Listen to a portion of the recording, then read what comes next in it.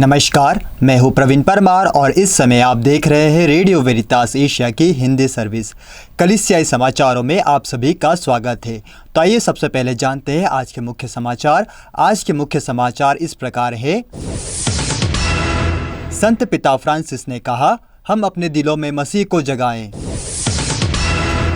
धन्य लाजरुस 15 मई को संत बनाए जाएंगे। स्कूल में लगी आग से दर्जनों बच्चों की मौत। म्यांमार जुंटा द्वारा मानवता के खिलाफ अपराधों के सबूत मिले। इराक में तनाव, हमले से बच निकले प्रधानमंत्री। रविवार की प्रार्थना सभा में हिंदू भीड़ ने बोला धावा। मिशनरी पुरोहितों के अद्वितीय दूरदर्शी प्रशिक्षक फादर स्नेहानंद का निधन। जेसुइट कार्यकर्ता लेखक ने प्रतिष्ठित पत्रकारिता पुरस्कार जीता। कैथोलिक शिक्षक को पद्मश्री से सम्मानित किया गया। यूनियन के महत्व पर घरेलू कामकाजी महिलाओं के लिए प्रशिक्षण का आयोजन। रेडियो वेरितास एशिया आपके लिए लेकर आए हैं RBA mobile app. RBA mobile app पर हमारे विभिन्न प्रकार के कार्यक्रमों का लाभ लें, हमसे जुड़े और एशियाई ईसाईयत की आवाज का हिस्सा बने। आज ही ऐप स्टोर एवं प्ले स्टोर से आरबीए मोबाइल ऐप डाउनलोड करें। अब जानते हैं समाचार विस्तार से। संत पिता फ्रांसिस ने कहा, हम अपने दिलों में मसीह को जगाएं। संत पिता फ्रांसिस ने ट्वीट कर सभी विश्वासियों को चुनौती भरे जीवन में अपने दिल में मसीह को जगाए रखने के लिए उनकी नज़रों से दिनचर्या की घटनाओं को देखने हेतु प्रेरित किया। संत पिता फ्रांसिस ने बुधवारी आम दर्शन समारोह में धर्म शिक्षा देते हुए सुसमाचार के उस प्रकरण को याद किया जिसमें तूफान के समय नाव में शिष्यों ने अपने को बचाने के लिए नाव में सो रहे मसीह को जगाया था। जीवन के कठिन क्षणों में हमें मसीह को जगाने की ज़रूरत है जो हमारे भीतर निवास करते हैं। इसी के मद्देनज़र पोप फ्रांसिस ने ट्वीट कर सभी विश्वासियों को चुनौती भरे जीवन में अपने दिल में मसीह को जगाए रखने हेतु प्रेरित किया।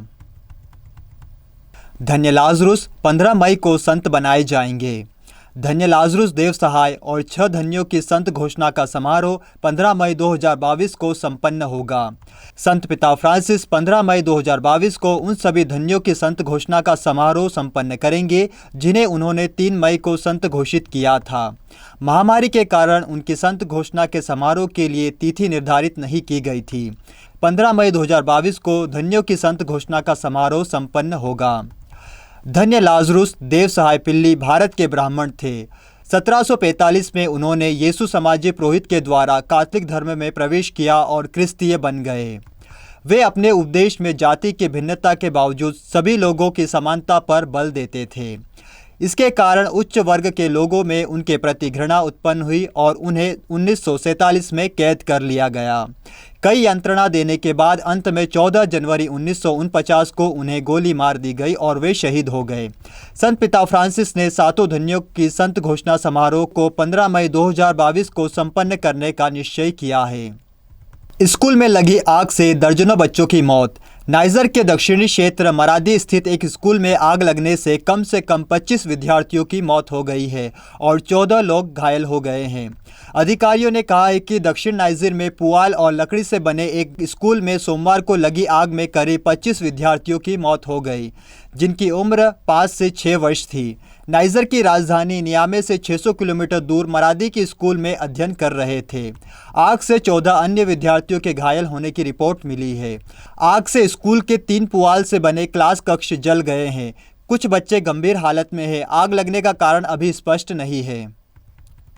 म्यांमार जुंटा द्वारा मानवता के खिलाफ अपराधों के सबूत मिले।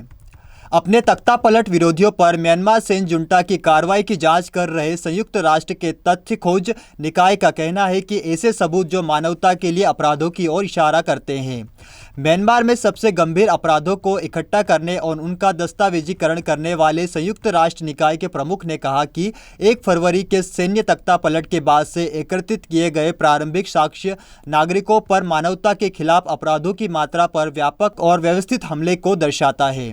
म्यांमार के लिए स्वतंत्र जांच तंत्र के प्रमुख निकोलस कोमजियन ने शुक्रवार को न्यूयॉर्क में संवाददाताओं से कहा कि उन्होंने 2 लाख से अधिक हिंसा के संचार मिले और उन्होंने 1.5 मिलियन से अधिक साक्ष्य एकत्रित किया है। उनका विश्लेषण किया जा रहा है ताकि एक दिन म्यांमार में गंभीर अंतर्राष्ट्रीय अपराधों के लिए सबसे अधिक जिम्मेदार लोगों को जिम्मेदार ठहराया जा सके। जांचकर्ताओं ने हिंसा के पैटर्न को देखा और कहा कि नागरिकों के खिलाफ अपराध व्यापक और व्यवस्थित प्रतीत होते हैं। IIMM प्रमुख ने कहा कि सैन्य अधिग्रहण के बाद पहले 6 हफ्तों में प्रदर्शनकारियों के प्रति सुरक्षा बलों की एक व्यापक प्रतिक्रिया थी।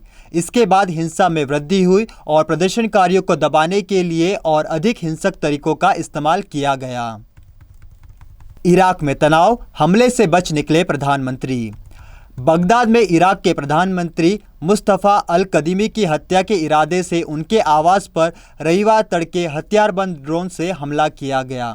अधिकारियों ने बताया कि इस हमले में प्रधानमंत्री को कोई नुकसान नहीं पहुंचा है और वह सुरक्षित है। 3 ड्रोन का इस्तेमाल किया गया, जिसमें से 2 को प्रधानमंत्री के सुरक्षा बलों ने मार गिराया। तीसरा प्रधानमंत्री के 2 अंगरक्षकों को घायल कर निवास में विस्फोट करने में कामयाब रहा। ड्रोन को गणतंत्र के पुल के पास एक साइट से लॉन्च किया गया होगा। इस हमले में पिछले महीने हुए संसदीय चुनाव परिणामों को ईरान समर्थित मिलिशिया द्वारा अस्वीकार किए जाने के उपजे तनाव को और बढ़ा दिया। अल-कदीमी ने शांति का आह्वान किया है। अमेरिका के विदेश विभाग के प्रवक्ता नेड प्राइस ने कहा, यह स्पष्ट तौर पर आतंकवादी कार्य है जिसकी हम कड़ी निंदा करते हैं। उन्होंने कहा, हम इराक की संप्रभुता और स्वतंत्रता को बनाए रखने के लिए इराकी सुरक्षा बलों के संपर्क में है और हमने इस हमले की जांच के दौरान अमेरिकी मदद की पेशकश की। रविवार की प्रार्थना सभा में हिंदू भीड़ ने बोला धावा। हिंदू कार्यकर्ताओं ने 2 भारतीय राज्यों में रविवार की प्रार्थना सेवाओं को बाधित कर दिया है, जिसमें धर्मांतरण का आरोप लगाया गया है, जिसे कि ईसाइयों ने सिरे से इनकार कर दिया था। पहली घटना 7 नवंबर को दक्षिणी राज्य कर्नाटक से सामने आई थी, जहां श्रीराम सेना के सदस्य बेलगावी में मराठा कॉलोनी में एक ईसाई प्रार्थना कक्ष में घुस गए और भक्तों में शामिल हो गए। सेना के सदस्यों ने आरोप लगाया कि पास्टर लेमा चेरियन प्रार्थना सेवाओं का आयोजन करके गरीब हिंदुओं को ईसाई धर्म में परिवर्तित कर रहे थे। पास्टर चेरियन ने आरोपों से इनकार किया। उन्होंने कहा, हम हर रविवार को प्रार्थना सेवाओं का आयोजन करते रहे हैं और इसमें शामिल होने के लिए आप स्वतंत्र हैं। उन्होंने कहा कि स्थानीय पुलिस को रविवार की बैठक के बारे में सूचित किया गया था और किसी को भी इसमें शामिल होने के लिए मजबूर नहीं किया गया था। हम अपनी पसंद के किसी भी धर्म का पालन करने के लिए स्वतंत्र है और यह हमारा मौलिक अधिकार है। कोई भी इसका उल्लंघन नहीं कर सकता है। राजस्थान की राजधानी जयपुर में भी इसी तरह की एक घटना को हिंदू भीड़ ने धर्म परिवर्तन का आरोप लगाते हुए रविवार की प्रार्थना सभा को बाधित कर दिया। पुलिस मौके पर पहुंची और देखा कि करीब 10 लोग प्रार्थना सभा में शामिल हो रहे हैं। जांच अधिकारी अनिल कुमार दर्जी ने कहा, हम लिखित शिकायत प्राप्त करने के बाद मौके पर पहुंचे, लेकिन किसी के भी धर्मांतरण का कोई सबूत नहीं मिला। मिशनरी पुरोहितों के अद्वितीय दूरदर्शी प्रशिक्षक फादर स्नेहानंद का निधन। भविष्य के मिशनरी पुरोहितों और धार्मिक बहनों के असंख्य बैचों को प्रशिक्षित करने वाले भारतीय मिशनरी सोसाइटी के सदस्य फादर स्नेहानंद का 8 नवंबर को मैसूर कर्नाटक में निधन हो गया। उनकी मौत मैसूर के सेंट जोसेफ अस्पताल में सुबह 6:10 पर हुई। वह पिछले 10 दिनों से JSS चिकित्सा महाविद्यालय में हाइपोग्लाइसीमिया के कारण कोमा में थे। वह 31 अक्टूबर को 69 साल के हो गए थे। उनका अंतिम संस्कार 9 नवंबर को कर्नाटक के कुर्ग के सेंट जोसेफ आश्रम देवपुरा में किया गया। जेसुइट कार्यकर्ता लेखक ने प्रतिष्ठित पत्रकारिता पुरस्कार जीता।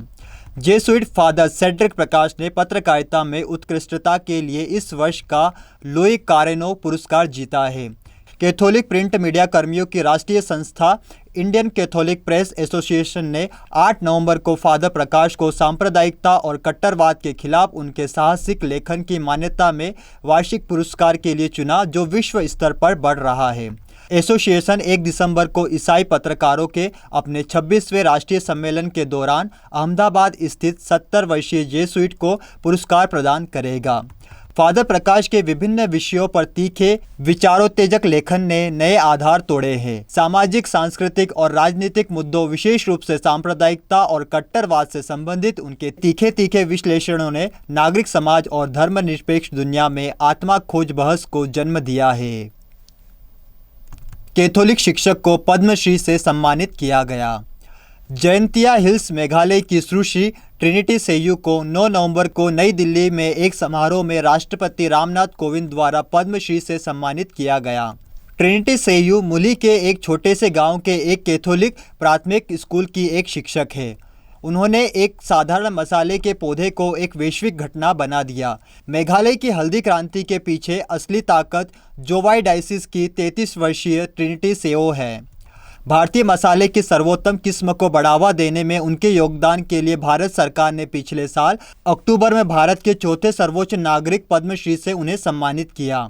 ट्रिनिटी ने नई दिल्ली से लौटने पर रेडियो वेरितास एशिया को बताया कि एक कैथोलिक महिला के रूप में मैं एक माँ हूँ, एक प्राथमिक शिक्षिका हूँ जो स्कूल में मध्याह्न भोजन की भी प्रभारी है। मैं एक किसान भी हूँ जो विभिन्न सरकारी परियोजनाओं और योजनाओं के माध्यम से आजीविका बनाए रखने के लिए अन्य महिलाओं की मदद करती है। यूनियन के महत्व पर घरेलू कामकाजी महिलाओं के लिए प्रशिक्षण का आयोजन। मध्य प्रदेश घरेलू कामकाजी संगठन के तत्वाधान में सेंट रफाएल्स स्कूल के प्रांगण में यूनियन के महत्व पर आधारित एक प्रशिक्षण आयोजित किया गया। प्रशिक्षण में इंदौर मिल मजदूर संघ के अध्यक्ष श्री लक्ष्मी नारायण पाठक, जनरल सचिव श्री हरनाम सिंह धारीवाल नीरे उपस्थित हुए।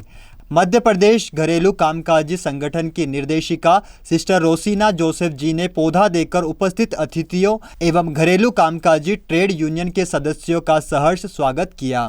इस प्रशिक्षण में लगभग 65 घरेलू कामकाजी महिलाओं ने भाग लिया।